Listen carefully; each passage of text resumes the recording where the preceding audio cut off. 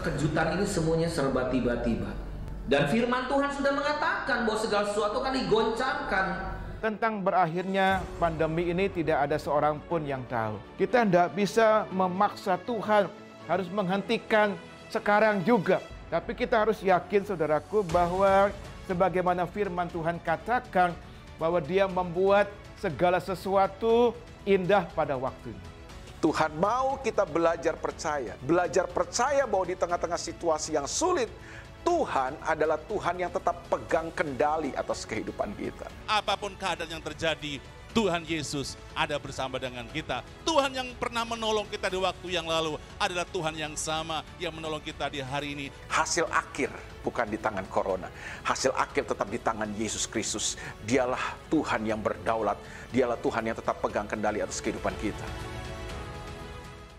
2021, saya yakin akan menjadi tahun percepatan, di mana doa-doa kita akan dijawab 2 kali lipat dari sebelumnya. Mujizat akan terjadi 2 kali lipat dari sebelumnya. Pemulihan akan terjadi 2 kali lipat dari sebelumnya. Dan juga berkat-berkat akan mengalir 2 kali lipat dari sebelumnya. Year of Acceleration.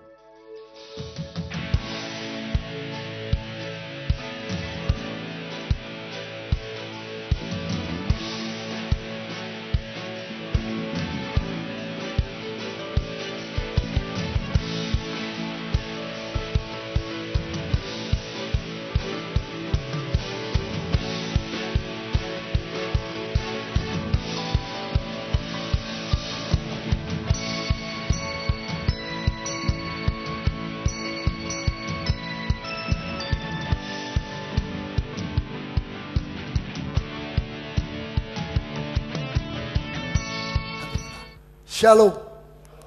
Shalom. Sudah bangun? Sudah makan malah. Ya, makan firman Tuhan. Kita akan lebih kuat lagi. Saya ingin membahas kepada Yakobus pasal 5 yang sudah kita behandle minggu lalu. Tapi masih ada banyak hal yang kita akan mengerti, memeriksa. Pasal 5 Yakobus ayat yang ke-11. Kalau sudah mendapatkan ini, silahkan sudah membuka dan membaca bersama dengan saya. Saya akan bacakan lebih dulu dan saya akan membacakan berikutnya. Ayat 11. Sesungguhnya kami menyebut mereka berbahagia. 1, 2, 3. Sesungguhnya kami menyebut mereka berbahagia, yaitu mereka yang telah bertekun. Kamu telah mendengar tentang ketekunan Ayub, dan kamu telah tahu apa yang pada akhirnya disediakan Tuhan baginya. Karena Tuhan Maha Penyayang dan penuh belas kasihan. Ya, dalam ayat 11 ini dikatakan, sesungguhnya kamu menyebut mereka berbahagia. Siapa? Yaitu mereka yang bertekun. Setelah bertekun itu artinya melakukan terus pekerjaan itu, tidak pernah bosan-bosan, tidak pernah capek, tidak pernah terpengaruh orang lain. Dia melakukan itu, kita tetap melakukan. Dia tidak mau melakukan itu, kita tetap melakukan. Kita tidak ikut Yesus dari apa kata orang. Apa kita lihat orang itu begitu, kita ikut begitu. Orang ini berbuat ini, kita berbuat juga seperti itu. Itu bukan kita ikut Tuhan, kita ikut orang, ikut manusia. Dan banyak orang Kristen yang ikut manusia, akhirnya hidupnya celaka. Tapi siapa yang ikut Yesus, dia mendapat perlindungan yang kekal, yang luar biasa. Ya, jadi ketekunan ini penting untuk menembusi masa yang penuh dengan kesulitan, penuh dengan penderitaan. Tapi tidak usah takut. Kalau kita termasuk orang yang bertekun, kita adalah orang yang selamat. Di sini dikatakan berbahagialah, yaitu mereka yang telah bertekun. Kamu telah mendengar tentang ketekunan Ayub. Bayangkan, kita akan periksa ketekunan Ayub. Ayub ini menonjol dalam satu hal, ketekunannya. Ya, tiap-tiap orang Kristen itu ada sesuatu karunia yang Tuhan tonjolkan di dalamnya. Ada orang Kristen yang menonjol dalam kesetiaannya, setia sampai mati. Ada yang menonjol dalam roh yang menyala-nyala. Ya, ada yang menonjol di dalam ketekunannya. Wah, luar biasa, tekun sekali. Orangnya enggak gampang bisa digait sama orang, bisa ditipu supaya ikut dia. Oh, tidak, itu bukan orang Kristen yang sungguh-sungguh, yang bisa kena tipu dan ikut manusia, bukan ikut firman Tuhan, bukan apa kata firman, tapi dia ikut apa kata orang. Ya, dan nanti kemudian dia kecewa. Kalau dia kecewa, dia bilang, saya kecewa sama Tuhan. Padahal dia kecewa sama manusia. Ini orang Kristen kok begini? Ya, tidak pernah ada Alkitab mengatakan bahwa orang Kristen bisa memberikan jaminan kita tidak akan kecewa. Manusia itu namanya sudah manusia. Manusia itu sumbernya membuat kecewa orang lain. Ya, kalau sudah ikut Tuhan, sudah tidak akan kecewa. Tuhan tidak pernah mengecewakan saudara. Buktinya Ayub, dia tidak pernah kecewa. Padahal penderitaannya banyak, gunung, bayangkan, percobaannya luar biasa. Tidak kecewa. Orang Kristen percobaannya cuma seperti nasi bakul yang sudah kecewa dia. Wah, Tuhan kok begini, kok begitu. Yang salah bukan Tuhan, jelas. Tuhan tidak pernah salah. Yang salah adalah kita. Kita akan periksa nanti. Bagaimana kita mesti ikut Tuhan dengan tekun, dengan sungguh-sungguh. Menurut firman Tuhan. Jangan menurut apa kata saya, apa kata orang. Menurut apa kata firman. Ya, dan di sini dikatakan kamu telah mendengar tentang ketekunan Ayub. Dan kamu telah tahu, kamu sudah tahu, saya sudah tahu. Kita sudah tahu, kita diberitahu sama firman. Apa? Diberitahu apa? Kamu sudah tahu apa yang pada akhirnya disediakan Tuhan bagi Ayub. Seperti orang berlomba, pada akhirnya dia dapat atau tidak. Seperti orang yang bertanding, pada akhirnya itu nanti akan menjadi waktu yang penuh sukacita buat dia, atau waktu yang penuh dengan tangisan, penyesalan. Pada akhirnya itu nanti ada, dia akan menerima sesuatu, pahala, mahkota, atau pada akhirnya itu dia tidak menerima apa-apa. Dia mesti menggigit jari, melihat orang lain dapat mahkota, dia tidak dapat mahkota. Itu semua pada akhirnya akan ada sorakan, tapi pada akhirnya juga bisa ada aliran air mata, ada banyak air mata dicurah. Tapi bukan Tuhan yang salah, dia sendiri yang salah. Kita tidak pantas menyalahkan kepada Tuhan, karena Tuhan memberikan yang baik, dan manusia membuat yang baik itu jadi tidak baik. Dan dikatakan di sini, karena Tuhan Maha Penyayang dan penuh belas kasih. Maha Penyayang dan penuh belas kasih. Takut sama Tuhan? Saya pikir, oh kalau kita punya Bapak penuh penyayang dan penuh belas kasih, ngapain kita takut? Kita sudah gila kalau kita takut sama Bapak kita yang penuh penyayang. Kalau Bapak yang penuh penyayang dan penuh belas kasih, kita masih takut sama dia. Bagaimana dengan Bapak yang bengis? Lebih lagi kita ini jadi orang yang selalu ketakutan di dalam rumah. Ya, jadi tidak ada alasan untuk kita takut. Karena Bapak kita itu Bapak yang luar biasa, yang baik. Kalau kita bisa mengalami kesulitan, itu karena perbuatan kita. Atau karena bukan perbuatan kita. Karena kita kena percobaan. Kita terkena percobaan seperti Ayub.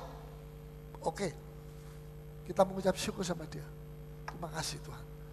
Bukan karena kesalahan saya mengalami ini. Tapi karena saya diuji. Bagaimana pada saat saya berada dalam penderitaan. Saya tetap teguh atau tidak. Ya, saudara, saya mau tambahkan ayat 7. Coba tolong bacakan ayat 7. Karena itu saudara-saudara, Ya, bersabarlah sampai kepada kedatangan Tuhan. bersabar sampai kedatangan Tuhan. Terus, Sesungguhnya petani menantikan hasil yang berharga ya, dari tanahnya. ya, mestinya bukan petani menantikan hasil berharga dari tanah, tapi dari Tuhan yang menciptakan tanah. Betul? Kenapa kok bisa berharap sama tanah? Karena dia hubungan manusia dengan Tuhan sudah putus. Sehingga timbullah dewa tanah, dewa kemakmuran, dewa hujan, dewa buah-buah, dewa apalagi rezeki, dewa apa? Tidak ada dewa kemiskinan, tidak mau orang ikut dewa kemiskinan. Ya dewa-dewa itu. Tapi sebenarnya itu saya sudah jelaskan minggu lalu, itu iblis yang pakai kamuflase menyebut dirinya dewa. Sebab kalau dikatakan sembah iblis, orang takut, tak mau pergi. Tidak, saya tidak mau sembah iblis. Tapi kalau sembah dewa kemakmuran, oh semua orang mau pergi ke sana. Ya, karena dewa kemakmuran ini dewa kemakmuran, padahal ini iblis, baliknya itu ada iblis. Tidak ada saudara, dewa itu tidak ada. Malaikat juga tidak bisa dijadikan dewa, tidak ada dewa. Satu saja, Yesus Kristus adalah anak Allah. Malaikat, jutaan. Tapi dewa, tidak ada. Yesus, itu anak Allah. Roh Kudus, Bapa, 3 saja. Itu yang Allah, Tritunggal. Semuanya itu pelayan-pelayan. Malaikat sampai hebatnya, sampai di mana itu malaikat, penghulu malaikat, siapa namanya, Mikhail, tetap malaikat ya. Dia bukan Allah. Dia diciptakan oleh Allah. Dia bukan menciptakan. Ya, tapi dia tunduk kepada Allah, dia dipakai terus sampai hari ini. Ada satu koleganya, ya namanya Lucifer. Si Lucifer, Lucy ini, ya makanya kalau kasih nama jangan bilang Lucy. Itu pasti ada kaitan dengan Lucifer. Lucy ini sombong, pemimpin kur, anggota kurnya 3 juta. Bayangkan sekali nyanyi, sayapnya dibuka sedikit, suara organ, naik sedikit, suara viol, suara bass, gitar, klotak, suara drum. Ini di ketiaknya sini penuh dengan luar biasa. Terus jadi sombong. Dia kepingin, kok saya ini terus memimpin orang, malaikat menyembah Bapa. Aku kepingin juga disembah dong. Jangan aku cuma suruh menyembah orang kepada Bapa. Kepingin disembah. Dihukum sama Tuhan. Dijatuhi hukuman, jatuh jadi iblis di bumi sampai sekarang. Itu riwayat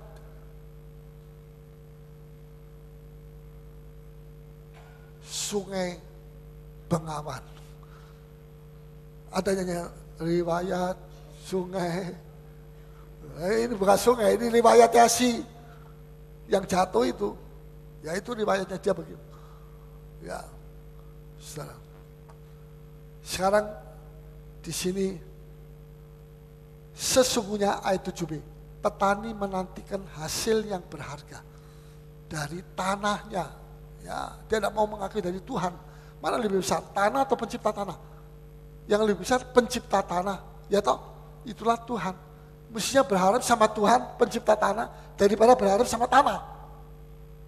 Tanah itu benda mati, kok diharapkan penciptanya? Kita mesti berharap kepada pencipta daripada langit bumi. Nah, tapi ini sudah diputus sama Lucifer, sama iblis. Manusia tidak lagi berharap sama Tuhan. Terus dikatakan, dan ia sabar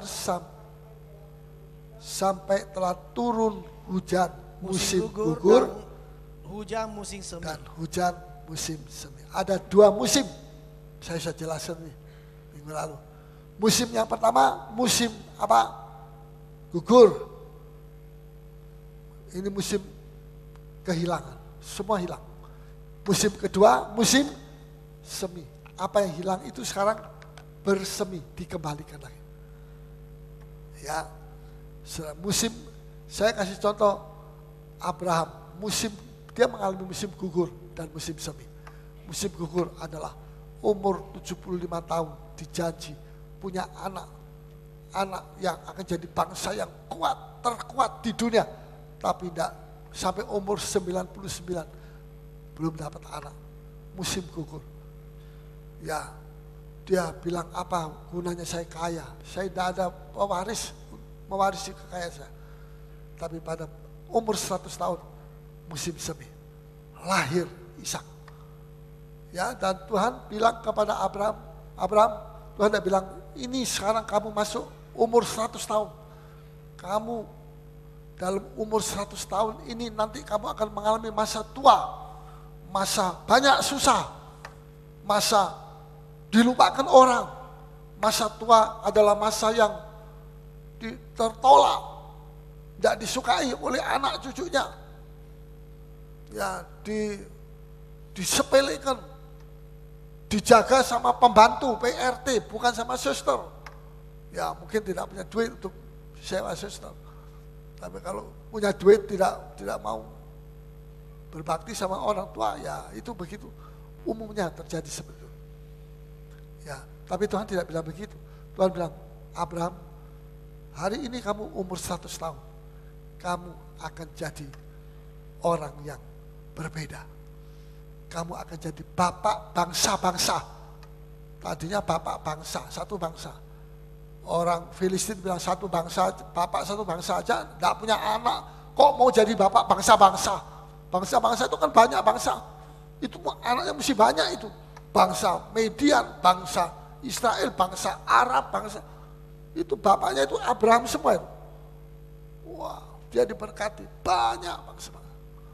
Ya, zaman dulu lain dengan sekarang sudah tidak ada bangsa yang baru. Ya, tapi zaman dulu masih satu bangsa saja manusia itu. Jadi kepingin ada bangsa-bangsa banyak. Ya, setelah Tuhan bilang kamu akan jadi bapak bangsa-bangsa. Mulai hari ini umur 100 tahun kamu mengalami hidup bagian kedua. Ya, bagian kedua. Kamu akan mengembang ke kiri dan ke kanan. Kamu akan jadi bangsa yang besar. Luar biasa. Pada usia tua. Ya, kalau kita tua, sudah bilang, aduh saya sudah tua, sebentar lagi saya mati. Saya sudah tidak kuat. Tapi tua di dalam Tuhan lain. Sebab itu umur kita tidak diukur dengan usia. Umur kita diukur dengan buah-buah. Pada masa tuamu, kamu masih akan berbuah-buah. Mari itu baca Mazmur 92. Ya, pada masa tuamu, kamu masih akan berbuah-buah. Silakan. Ya. 92. Ayat 13. Tolong bacakan. Ayat 12. 13. Orang benar akan bertunas seperti pohon korma. Ya. Akan tumbuh subur seperti pohon aras di Libanon. Ya. Terus Mereka yang ditanam di bait Tuhan ya. akan bertunas di pelataran Allah kita. Ya. Terus Pada masa tua pun mereka masih berbuah. pada masa tua masih Berbuah. berbuah. Luar biasa. Terus Menjadi gemuk dan segar. ya, gemuk bukan gemuk air. Ya, bukan gemuk gaji, apa gaji? Gemuk ya, mentega. Gemuk di sini ini buah zaitun yang diperas. Gemuk sekali. Banyak minyaknya yang turun. Itu minyak adalah urapan. Makin tua urapannya makin kuat dan segar. Ya, segar. Tidak loyo, tidak layu seperti Lea. Habis punya 6 anak berlomba dengan Rachel. Rachel cuma dapat 2, dia dapat 6. Banyak jiwa, banyak dipakai Tuhan, banyak keberhasilan. Setelah itu layu. Baru umur 60 lebih sudah layu dia. Ya, bukan itu bukan janji Tuhan. Segar. Ya, dan sebagainya. Jadi ada 2 pohon yang umurnya lama. Pohon korma dan pohon aras. Ini lebih dari 100 tahun. Ya. Dan pada masa tuanya pohon-pohon ini masih berbuah. Sebab dia hidup dari air yang ratusan meter di bawah. Masih berbuah. Saudara, dikatakan di sini, pertanyaannya bukan apakah Anda masih berbuah, tapi pertanyaannya apakah pada masa tua Anda masih berbuah. Pada masa tua. Nah, kalau saya bilang, aduh saya sudah tua, sudah percuma, saya tidak mau hidup, ini berarti tidak berbuah ini. Omongannya sudah buahnya tidak baik. Ya, umur kita tidak diukur dengan usia, tapi dengan buah. Umur saya juga tidak diukur dengan usia, tapi dengan buah. Amin. Makin tua, makin lebat buahnya. Ayo kita maju. Kita berpacu di dalam Tuhan. Ini janji Tuhan, ini bisa jadi. Jangan sudah bilang, aduh bagaimana kok bisa begitu? Sudah tua kok masih bisa berbuat. Tidak usah tanya bagaimana. Itu bagaimana itu urusan Tuhan. Urusan kita percaya. Kita hidup di dalam Tuhan. Dan Tuhan akan hidup di dalam kita. Ya, saudara, musim semi. Abraham punya anak. Bukan Ismail tapi Ishak. Waktu Ismail lahir, gegeran terus. Geger, rumah tangga kacau, geger. Apa itu Tuhan ada di dalam rumah itu? Tidak ada. Biar dia punya anak, tapi ini buah yang bukan janji Tuhan.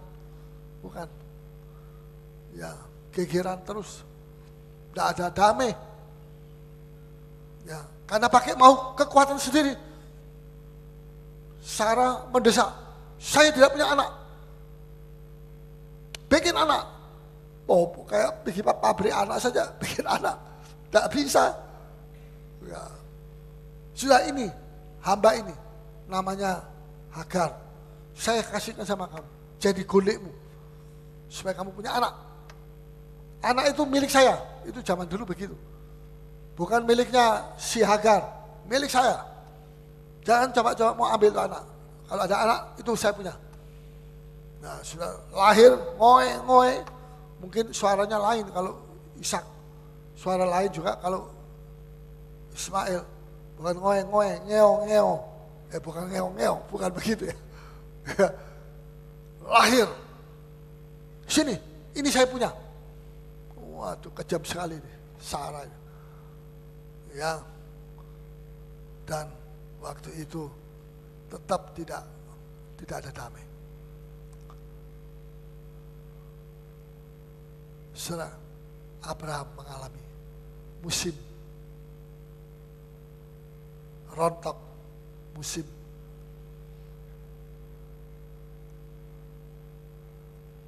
bukan musim semi, tapi musim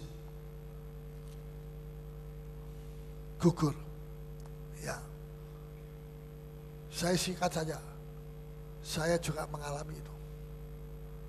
10 tahun saya kena sakit Parkinson, itu musim gugur buat saya. Kesehatan saya diambil, dirampas. Kekuatan saya diambil. Gugur, cabut. Gugur tuh rontok. Kekuatan saya rontok. Pelayanan saya diambil. Tidak bisa saya melayani. Berkhotbah 8 jam, suara saya tidak keluar. Ya, di sini mikrofon yang ada di situ rusak, tidak bisa. Ya. Saya diambil semua, pelayanan saya diambil, saya tidak bisa melayani, tidak bisa khotbah. Hamba Tuhan demi hamba Tuhan datang melayani di sini, pelayanan saya diambil, semua saya diambil. 10 tahun, tapi yang paling keras itu 3 tahun terakhir. Ya, tapi saya berseru sama Tuhan, Tuhan, ada musim semi, ada musim gugur, ada musim semi. Saya pegang janji Tuhan, pada itu janji Tuhan. Saya yakin Tuhan, Engkau akan memberikan musim semi setelah musim gugur selesai. Dan betul, saudara, Tuhan kasih.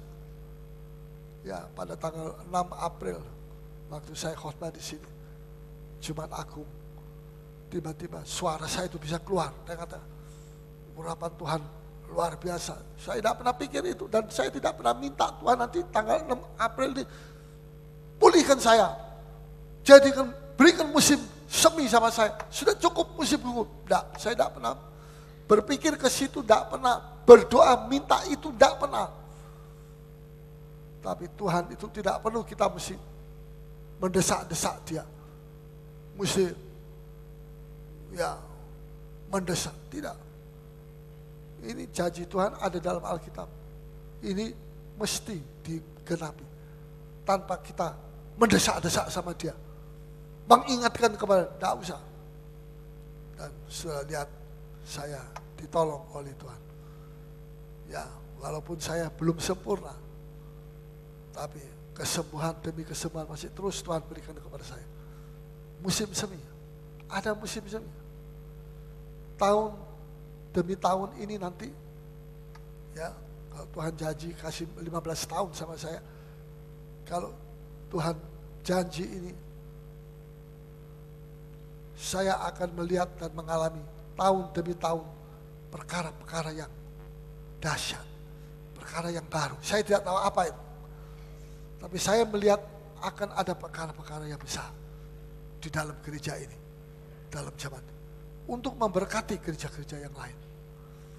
Bukan kita diberkati kemudian kita egois. Untuk diriku sendiri, untuk gerejaku. Wah itu bahaya, orang itu tidak bisa diberkati. Nah, berkati sebentar, dicabut lagi. Karena dia egois, hidup untuk ego. Orang begitu tidak bisa berguna. Kalau kita mau berguna bagi orang, bagi Tuhan, kita mesti melayani orang lain. Jangan cuma untuk gerejaku, untuk cabang-cabangku, untuk diriku sendiri, semua untuk aku, gerejaku. Pada saat kalau saudara tidak, hidup saudara tidak berbuah, coba saudara melayani orang lain, menolong orang lain. Pada saat saudara menolong orang lain, saudara akan ditolong oleh Tuhan. Amin. Pada saat saudara menolong orang lain, saudara akan ditolong oleh Tuhan. Itu janji Tuhan. Ya, jangan kita cuma menolong, saya sudah korban, saya sudah menolong gerejamu sendiri yang kau, ya artinya saya harus jemaat berkorban untuk gereja menolong gereja-gereja yang lain.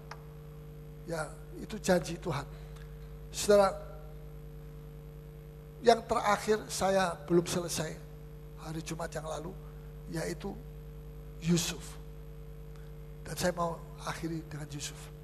Yusuf ini keturunan dari Abraham. Ishak juga saya sudah jelaskan minggu lalu. Ya, mengalami musim gugur dan musim semi. Sekarang Yusuf, musim gugur dan musim semi. Ya. Pada waktu dia mengalami musim gugur, dia pada saat dia dijual jadi budak. Murah, budak itu murah. Dijual kembali oleh orang Ismail kepada Potifar. Juga dijual sebagai budak di rumah. Jadi dia seorang budak. Ya. Tapi ketika dia setia, dia kerja. Musim semi datang. Dia dipercayai karena sejak dia pegang ekonomi bisnisnya dari Potifar itu kaya raya. Bisnisnya meledak. Ya, dia perhatikan ini orang Yahudi, ini orang Israel ini hebat ya. Keturunan Abraham ini hebat sekali dia. Potifar kemudian bilang, daripada aku yang pegang bisnisku, jangan-jangan nanti akan melorot lagi, merosot lagi, aku kasih sama dia. Aku percayakan 100% seluruh bisnisku. Dia yang kerjakan. Ya, wah, dikerjakan oleh Yusuf. Luar biasa. Potifar itu jadi orang yang kaya raya nomor 1 mungkin. Ya, pegawai tinggi raja yang kaya. Yang paling kaya dia. Karena bisnisnya dipegang oleh si Yusuf. Penuh hikmat dari Allah. Apa yang terjadi? Semua kuasa atas rumahnya dan hartanya diserahkan kepada Yusuf, kecuali makanannya saja. Itu bukan urusan Yusuf, karena Yusuf ini bukan orang Mesir, jadi makanannya lain. Dia tidak bisa masak persis seperti lidahnya orang Mesir yang mau rasa lebih asin atau lebih kecut, lebih asam atau lebih apa. Ya. Musim semi datang kepada Yusuf. Yusuf dia akan jadi juru kunci dalam Kejadian pasal 39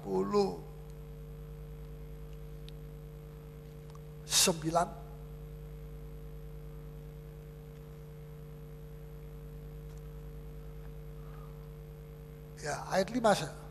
Boleh baca ayat 1 di rumah. Ayat 5, 6. Sejak ia memberikan kuasa dalam rumahnya dan atas segala miliknya kepada Yusuf, Ya, Tuhan memberkati rumah orang Mesir itu ya, karena Yusuf.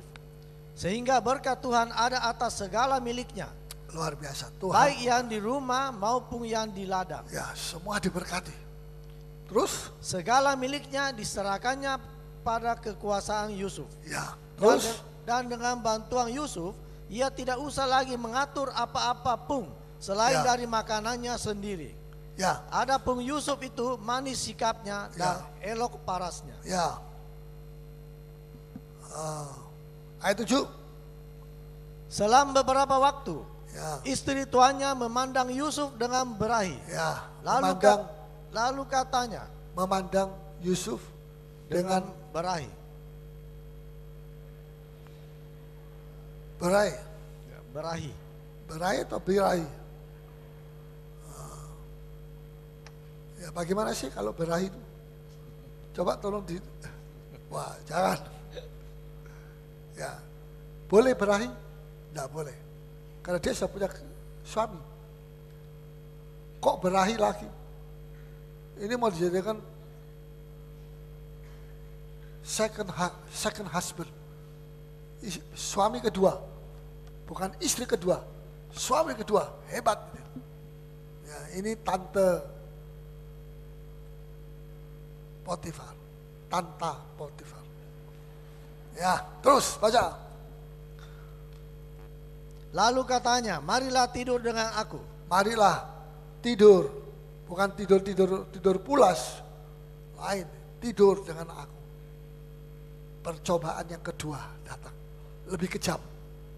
Fitnahannya kejam sekali. Nanti itu adegan diputar balik sama tante, sama nyonya Potifar. Seolah-olah Yusuf yang mau sama dia. Padahal dia yang mimpi buruk terus tentang Yusuf. Ya, percobaan musim gugur kedua datang kepada Yusuf. Sudah enak-enak, sudah diberkati Tuhan, sudah jadi juru kunci. Bayangkan saudara, wah, dari pegawai tinggi ini, Potifar ini pegawai tingginya Firaun.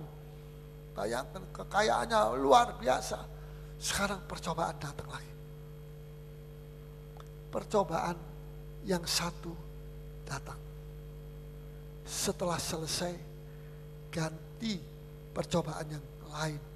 Datang menempati tempat yang tadi. Dengar saudara, percobaan demi percobaan datang kepada kita. Ya, tidak ada satu orang yang tidak dicobai. Yusuf ini orang yang takut akan Tuhan, mesti mengalami percobaan juga. Mengalaminya. Jangan bilang saya ini orang takut sama Tuhan, saya tidak akan kena percobaan karena saya punya takut sama Tuhan. Jangan gegabah. Semua manusia akan kena percobaan. Karena itu perlu ketekunan hidup saudara. Perlu firman Tuhan di dalam hidup kita. Ya, Yusuf takut sama Tuhan, tapi kena lagi percobaan. Saudara, ini musim gugur kedua, fitnahan. Terus setelah difitnah, masuk penjara. Ya, peristiwa ini Kalau saudara jadi Yusuf, saudara bisa bingung. Membingungkan saudara. Bagaimana ya, saya ini sudah hidup baik, sudah mau hidup suci, kok kena peristiwa yang begini lagi. Pernah ngomong begitu? Pernah dengar orang Kristen yang lain ngomong begitu? Saya berusaha, saya mau melakukan firman. Sudah mau sungguh-sungguh. Kena percobaan lagi. Jatuh lagi dalam percobaan. Difitnah orang habis-habisan. Diputar balik ceritanya. Wah, lidah tak bercabang itu lidahnya istrinya Potifar. Betul-betul tidak punya cabang. Ya, tidak punya tulang. Dia putar, dia begitu pintar memutar itu peristiwa di muka suaminya. Suaminya, oi. Langsung dicari, dapat, gampang cari. Masuk penjara. Nanti dulu Tuan Potifar, saya masih mau ngomong. Tidak usah ngomong, saya sudah tahu semua. Tidak mau dengar omongannya Yusuf. Masukkan penjara. Ini kalau kita jadi Yusuf bisa kecewa. Ya, bisa kecewa. Bisa putus asa. Skenario ini tidak ada di dalam mimpinya Yusuf. Yusuf tidak mimpi dia saudara-saudaranya sujud penyembah kepada dia.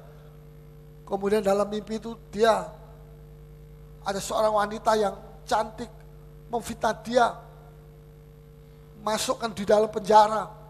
Tidak ada itu skenario itu di dalam mimpinya. Dia cuma mimpi yang bagus-bagus, yang enak. Dia jadi juru kunci. Saudara-saudaranya sembah kepada dia. Itu yang dia mimpi. Tidak ada yang busuk-busuk seperti ini. Apakah ada kesalahan dalam mimpinya? Allah itu sempurna, tidak ada kesalahan. Amin. Tidak pernah Allah memberikan mimpi yang salah kepada kita. Ya. Apakah Yusuf bimbang menghadapi masalah ini? Bimbang? Tidak bimbang. Siapa di sini yang mengalami sesuatu yang tidak adil sekarang dalam hidupmu? Engkau difitnah. Engkau tidak melakukan itu, tapi difitnah. Engkau melakukan itu. Ya, saya pernah mengalami seperti itu, saudara. Ya, teman-teman sendiri percaya kepada yang fitnah karena iri hati. Iri hati. Tapi Tuhan buktikan kalau saya berada pada pihak yang salah, saya tidak diberkati sama Tuhan sekarang. Ya atau ya? Gereja ini tidak diberkati. Gereja ini sudah 12 tahun mangkrak, kuburan apa itu? Kuburan besi beton. Orang kalau lewat dia lihat, oh ini bukan gereja, ini kuburan besi beton. Senang atau tidak sudah dengar itu? Tidak bisa tidur. Saya serahkan sama Tuhan. Belum lagi kena 10 tahun sakit Parkinson. Orang bilang, sudahlah itu Paulus jadi dia sudah tamat kubur. Ya, gerejanya selesai langsung. Waktu saya sakit Parkinson, terus orang jalan, orang bilang begini, iya gerejanya sudah selesai, tapi pendetanya kok sakit ya. Dalam kurung dia mengatakan, ini kan tidak beres, ini ada sesuatu yang tidak beres ini. Kok bisa begitu? Pendetanya ini sekarang sudah jadi, ditolong Tuhan. Tapi pendetanya sakit, sakitnya Parkinson, tidak main-main. Diparkir sudah, sonnya diparkir. Parkir, iblis bilang, Paulus parkir. Dia benci sekali sama saya. Kalau saya menyampaikan firman Tuhan seperti apa adanya firman. Tidak saya roba-roba. Saya tidak mau merubah. Saya mau ajar yang benar supaya nanti kalau Yesus datang, tidak ada orang yang bisa menuduh saya. Tuhan Yesus saya tidak pernah diajar yang benar sama pendeta Paulus. Kalau saya tanya, kapan Tuhan Yesus datang? Pendeta Paulus selalu bilang, masih lama. Kenapa Pendeta Paulus tidak pernah khotbah tentang antikris? Itu masih nanti lain kali, masih lama, belum sekarang. Tidak perlu dengar khotbah tentang antikris. Tiba-tiba antikris datang muncul, saya belum siap, bagaimana ini sekarang? Siapa yang salah? Marah mereka semua kepada saya. Pendeta penipu itu. Dia mau khotbah yang enak-enak supaya jemaat itu senang.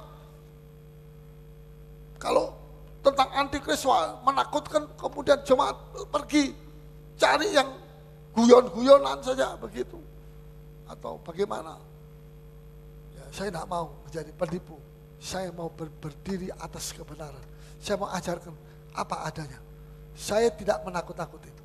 Kalau saya ajar antikris, saya ajarkan Kristus lebih dari antikris. Supaya kita tidak takut, kita tetap pegang kepada janji Tuhan. Saudara, di sini kita melihat, apakah perlu mimpi daripada Yusuf itu ditinjau kembali? Tidak perlu. Tidak ada yang perlu ditinjau.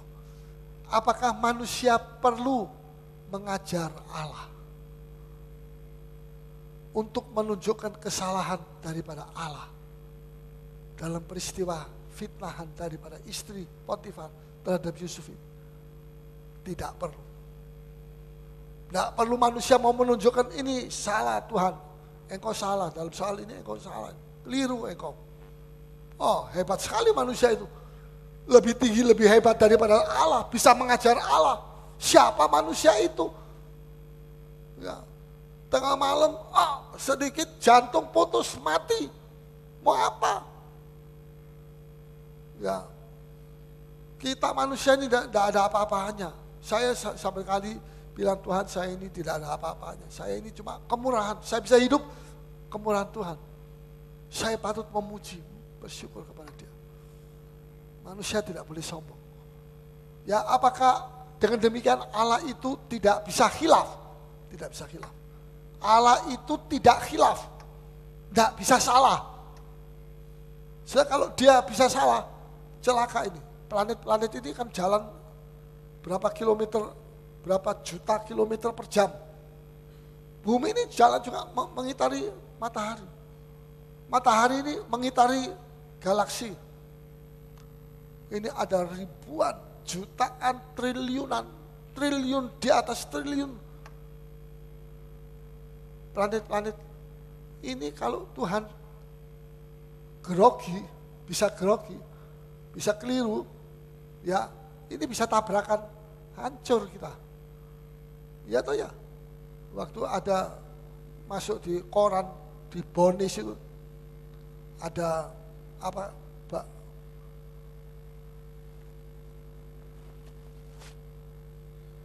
planet yang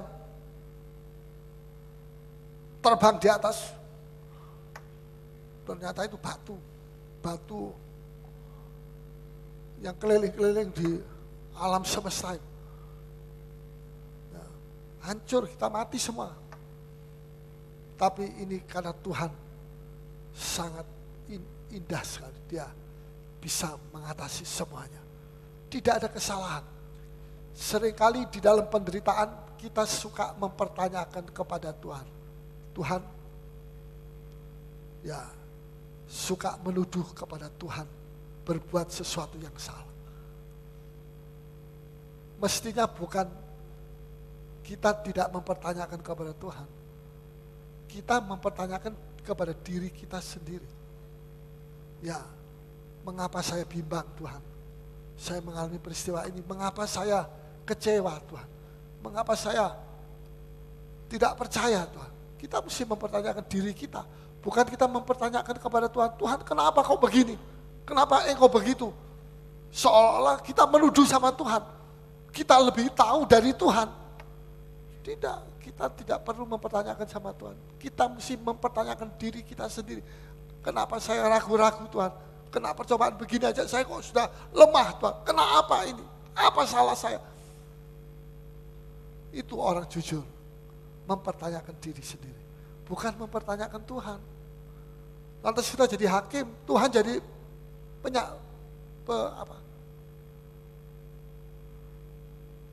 orang yang dihakimi itu. Enggak.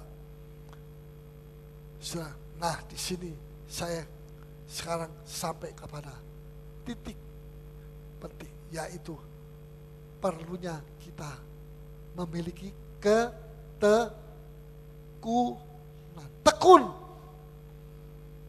Orang tekun itu tidak gampang berubah-berubah. Nanti orang datang begini, ngociai, ngomong, begini kamu jangan begitu, jangan jadi orang Kristen. Oh iya, ikut dia. Itu bukan orang tekun. Ya, kita perlu ketekunan. Kalau kekuatan kita sendiri tidak bisa. Kita perlu yang dinamakan ketekunan. Dan ini sudah dipraktikkan oleh Ayub yang tekun. Dan akhirnya dikatakan dalam ayat 11 Yakobus 5. Dan kamu telah tahu apa yang pada akhirnya disediakan Tuhan bagi. Ketekunan akan membawa kita sampai kepada akhir dari pergumulan kita. Dari peperangan rohani. Akhir dari perlombaan, pertandingan iman kita. Ya. Tanpa ketekunan kita cuma sampai di pertengahan. Masih di tengah-tengah kok kamu sudah, aduh saya sudah tidak kuat. Ini orang tidak punya ketekunan, tidak bisa berlomba sampai akhir dari perlombaan. Nah, saya jelaskan akhir itu penting. Itu di situ nanti mahkota dikasih atau tidak. Ya, dapat kemenangan atau kalah. Itu nanti di situ ditentukan.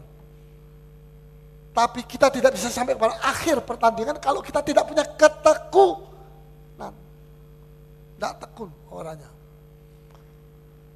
Penting sekali. Saya bicara soal Petrus tenggelam. Pada waktu Petrus berjalan di atas air. Tuhan, kalau engkau memang Tuhan, suruh saya berjalan di atas air. Silakan Petrus. Dia jalan. Saya tanya, dia punya iman? Dia punya iman? Ayo, jawab dong. Sudah lapar. Dia punya iman? Bukan imam. Saya punya imam yang besar. Wah, bukan. Iman. Punya iman? Punya. Kalau enggak, dia tidak bisa jalan di atas air. Ya, tapi pada waktu dia tenggelam, dia punya iman? Punya iman? Tidak. Tidak punya iman. Saudara, apakah Petrus perlu resep yang lain? Resep lain daripada resep iman? Tidak perlu. Dia cuma perlu satu resep saja, yaitu iman, percaya kepada Yesus.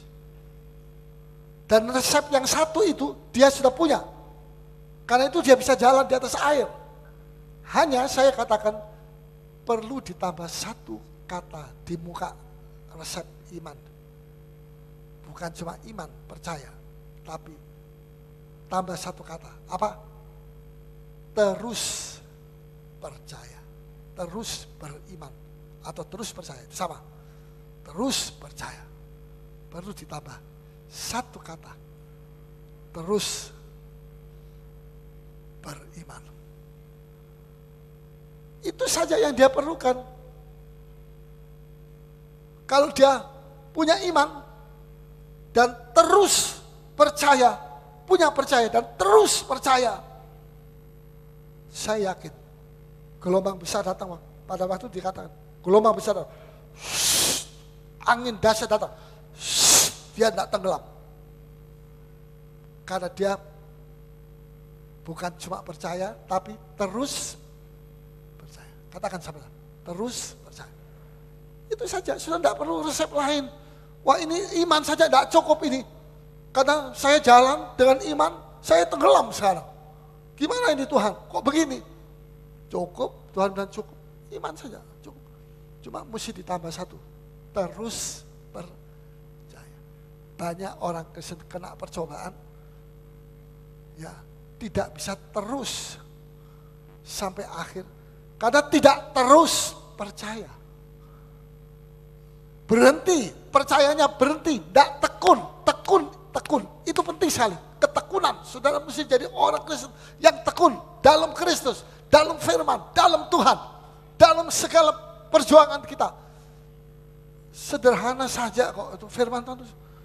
Jangan sudah pikir wah ini untuk bisa naik, jangan tenggelam, perlu resep yang wah yang canggih. Enggak, sederhana, terus percaya. Amin.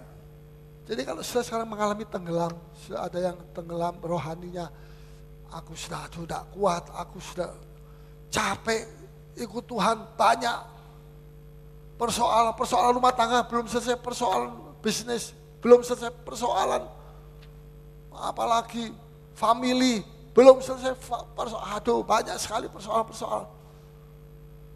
Tidak usah saudara minta resep yang canggih-canggih sama orang, sama ahli, sama siapa. Tidak perlu, satu saja.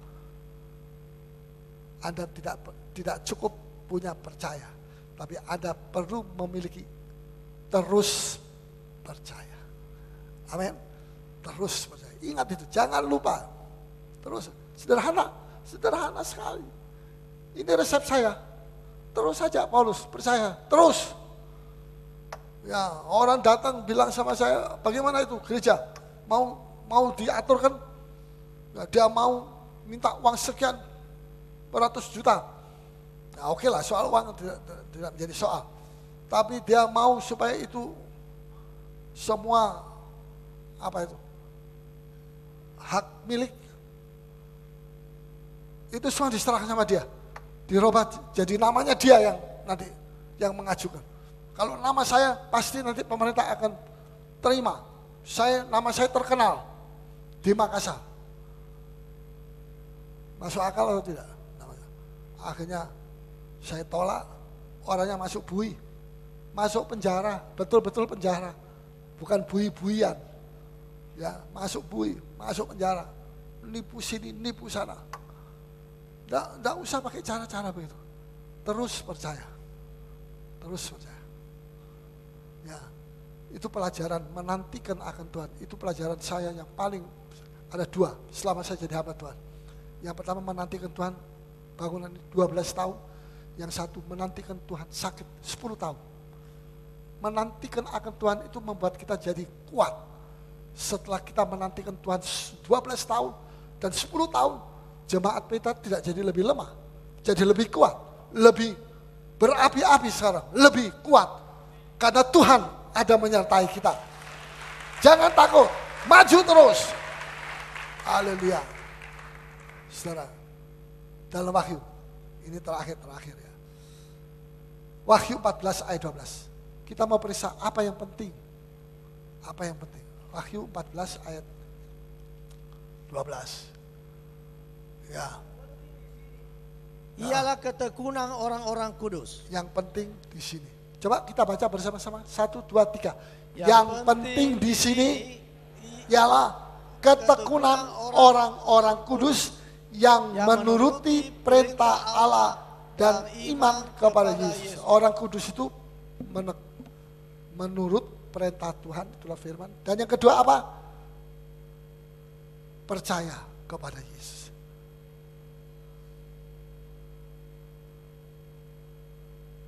Dua perkara. Apa tadi? Menuruti perintah Allah, itulah firman. Dan yang kedua, percaya kepada Yesus. Betul? Ini yang penting.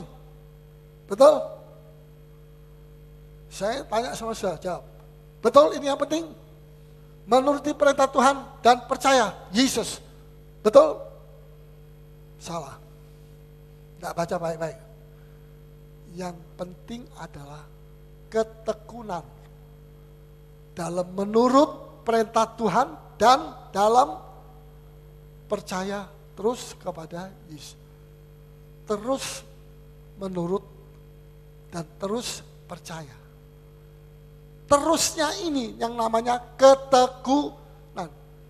Saudara sekarang menurut firman, tapi kalau sudah tidak tekun, tidak terus menurut, nanti satu waktu sudah kena percobaan, saudara akan gugur. Saudara akan bilang, aduh saya tidak bisa terus lagi. Karena tidak terus menurut. Yang penting bukan menurutnya, terus menurut. Yang penting bukan percayanya, tapi terus percaya. Bisa mengerti? Bisa mengerti? Ingat, jangan lupa nanti ujian keluar. Nanti ujian keluar. Ya, paling ujian, saudara sendiri kena ujian, percobaan dalam rumah tangga saudara, nanti keluar. Ini pelajaran mesti saudara praktekkan. Terus, gampang kok itu. Ini bukan pelajaran matematika atau apa yang mesti digodok. Gampang kok, anak kecil juga bisa mengerti. Ya Pak, saya mesti terus percaya Yesus ya. Jangan sebentar saja saya percaya Yesus, sebentar tidak.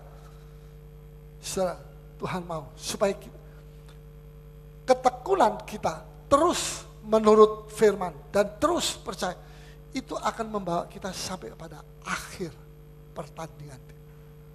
Amin. Dan di situ kita akan melihat mahkota. Ya, saudara, ada satu saudara yang sudah melihat mahkota saya. Saya belum lihat mahkota saya, tapi mahkota saya. Ya, dan juga fondasi dari bangunan rumah saya di sana. Ya. Saya tanya tapi Tuhan belum memberikan sampai di mana itu bangunan. Sebab pasti terus dibangun. Terus dibangun. Ayo kita mau berlomba-lomba. Mau berlomba? Ya, itu fondasinya bangunan itu dari berlian semua. Biasanya kalau fondasi itu kan marmer atau apa itu sudah bagus tuh. Ya, nanti berlian tuh kalau di ujung-ujungnya, pucuk-pucuknya. Ya, tapi Tuhan kasih berlian sudah. Bayangkan. Ya. Tapi percobaannya juga cukup besar-besar. Tapi setelah saya melalui semuanya itu, dan saya menoleh ke belakang, saya bilang ini semua anugerah Tuhan. Bukan karena saya, tapi karena anugerah Tuhan. Ya, bayangkan pada waktu saya sakit, tidak pernah saya memikirkan pada waktu permulaan, masih saya memikirkan andai kata saya hidup, saya sembuh. Ya, pernah saya ada, kalau tidak salah, pendeta Thomas, jadi saya ada di pastori, saya main apa itu, tembung, saya main bola. Saya main bola sendirian. Wah, Thomasnya bilang, wah Om Paulus hebat ini. Sudah sembuh ya Om? Iya, tapi padahal masih, saya seperti mau, wah rasanya senang saya bisa nendang si bola. Tapi tidak bisa nendang si penyakit. Bola bisa, penyakit tidak bisa. Ya, saya main, wah saya bilang saya sudah sembuh. Tapi dalam hati saya, belum, kamu masih sakit. Ya, saya membesarkan iman saya.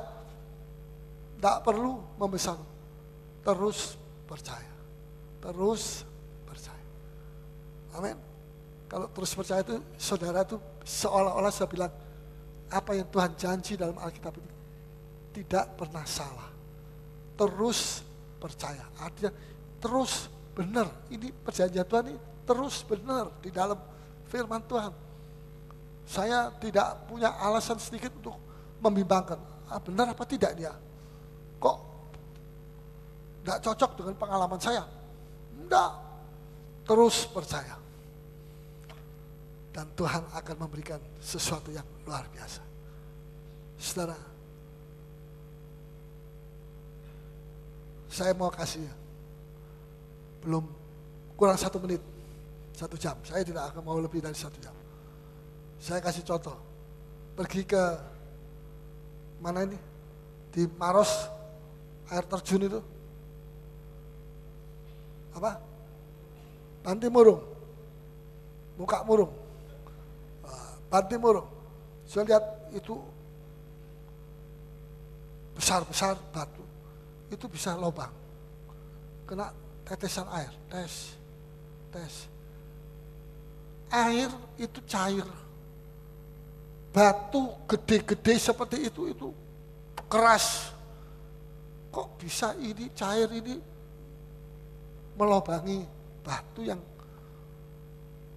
kesimpulannya ada kuasa di dalam air untuk melobangi, untuk menghancurkan sedikit demi sedikit.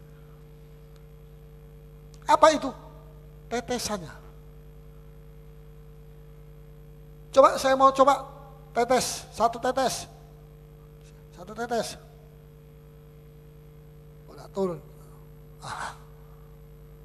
Kok enggak lubang? Tidak cukup satu tetes. 100 tetes. Kok enggak lubang? Enggak cukup. 1000 tetes. 1000 tes. Kok enggak lubang? Tidak cukup 1000. 100.000 tetes. Oh ya, mulai lubang. Bukan satu tetes, terus bosan, terus capek, terus bilang enggak ada gunanya, enggak bisa ini. Tapi sampai 100.000 tetes. Itu dari satu tetes sampai 100.000 itu namanya ketekunan.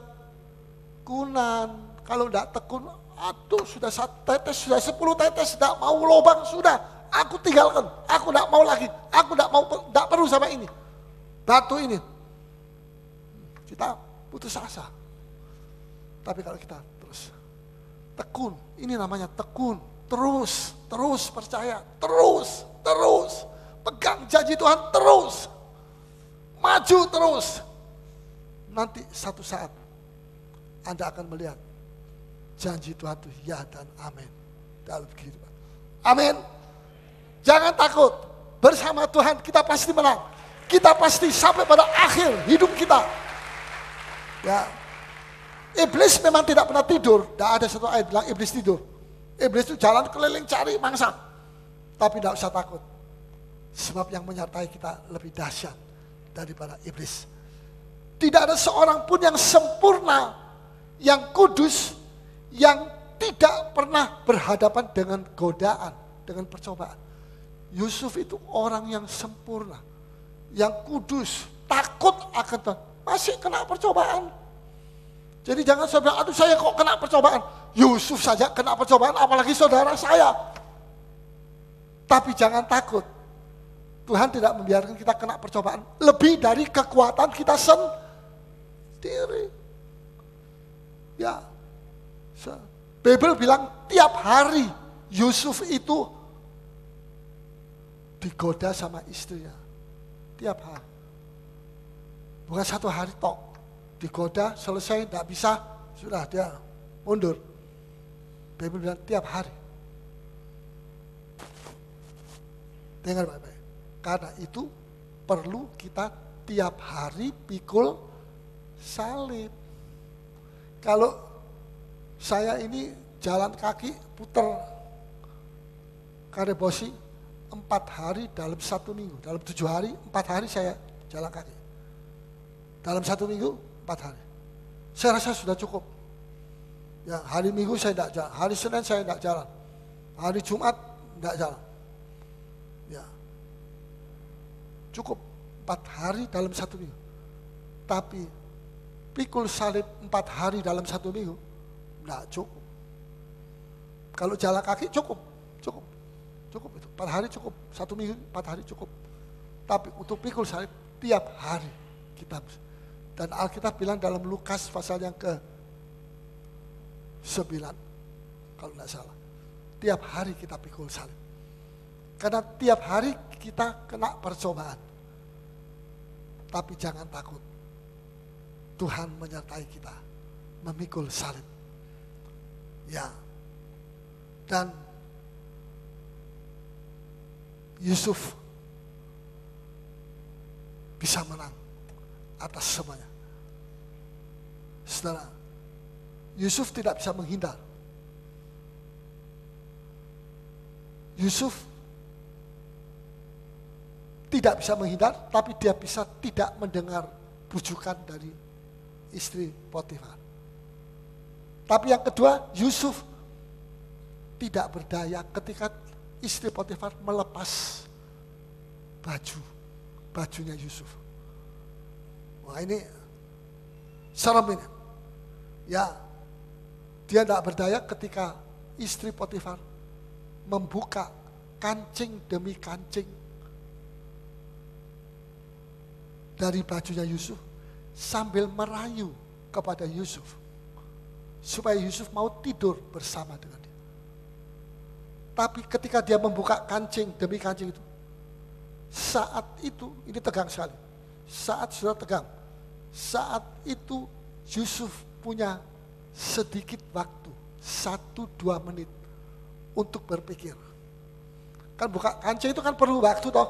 Masa otomatis buka semua? Enggak gitu. Satu kancing, Yusuf, dia halus-halus Yusuf.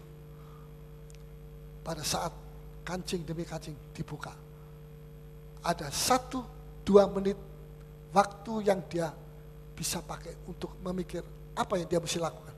Dan dia ngambil keputusan. Keputusan itu satu, apa? Lari. Saya bisa lari juga. Dulu waktu kena, itu tidak bisa lari. Kena Parkinson. Ya lari. Ya. Jadi bagaimana seorang gadis bisa terhindar dari perbuatan-perbuatan yang seorang gadis, bagaimana bisa seorang gadis mempertahankan kesuciannya sementara dia bekerja di night club, tiap hari dia lihat adegan-adegan yang aneh-aneh di bar-bar, di diskotik, tapi dia mau mempertahankan kesuciannya. Tidak mungkin, ya atau ya? Tidak mungkin. Dia berada satu-satunya cara dia mesti apa? Lari keluar. Dalam 2 Korintus 6, keluarlah kamu dari antara mereka. Aku akan terima engkau sebagai anak. Aku sebagai bapak, kata Tuhan. Ya, terakhir, lebih baik masuk di penjara, tapi bersama Tuhan. Yusuf diberkati luar biasa. Dikatakan di dalam penjara itu, Yusuf itu disertai Tuhan. Orang-orang yang bandit-bandit itu bisa tunduk. Sebelum ada Yusuf, mereka tiap hari jotos-jotosan, ada yang mati, ada yang berkelahi, macam-macam. Tapi ketika Yusuf jadi kepala, ya dicoba jadi kepala, dari mereka semua tunduk sama Yusuf. Itu penjara bisa tenang. Wah, ini kepala penjara bilang, aduh Yusuf, kamu saja yang pegang, jangan saya. Saya tidak mau nurut sama saya. Saya ini kepala penjara, kamu saja jadi kepala penjara. Yusuf jadi kepala penjara. Makanya saya bilang lebih baik tinggal di penjara, ya daging kita disalib, tapi bersama Tuhan, daripada tinggal di rumah Potifar, tapi iblis ada di mana-mana. Ya, mempengaruhi dia, mencobai dia, macam-macam. Ya. Tapi sudah tahu, dengan baik-baik, di penjara yang paling dalam, tempat yang paling dalam. Biasanya dalam penderitaan yang paling dalam, itu ada jalan sambung langsung ke tempat yang paling puncak dari kemuliaan. Dari penjara, Yusuf langsung diangkat jadi kepala seluruh negeri Mesir. Lebih berkuasa daripada Firaun. Cuma takhta ini saja, Firaun bilang ini takhta, ini saya punya. Kamu tidak punya ini. Ini saja kelebihan saya. Tapi kuasa menata Mesir, menjual gandum, apa saja, semua aku beri sama kamu. Dari mana ini? Dari lulusan Universitas Indonesia atau Sorbonne atau apa? dari universitas penjara di Mesir. Dan dia ada di tempat yang paling dalam. Tapi tempat penderitaan yang paling dalam biasanya tersambung dengan kemuliaan, tempat yang paling mulia. Amin. Amin. Tuhan menyertai saudara. Oh haleluya, mari kita bangun berdiri, kita datang.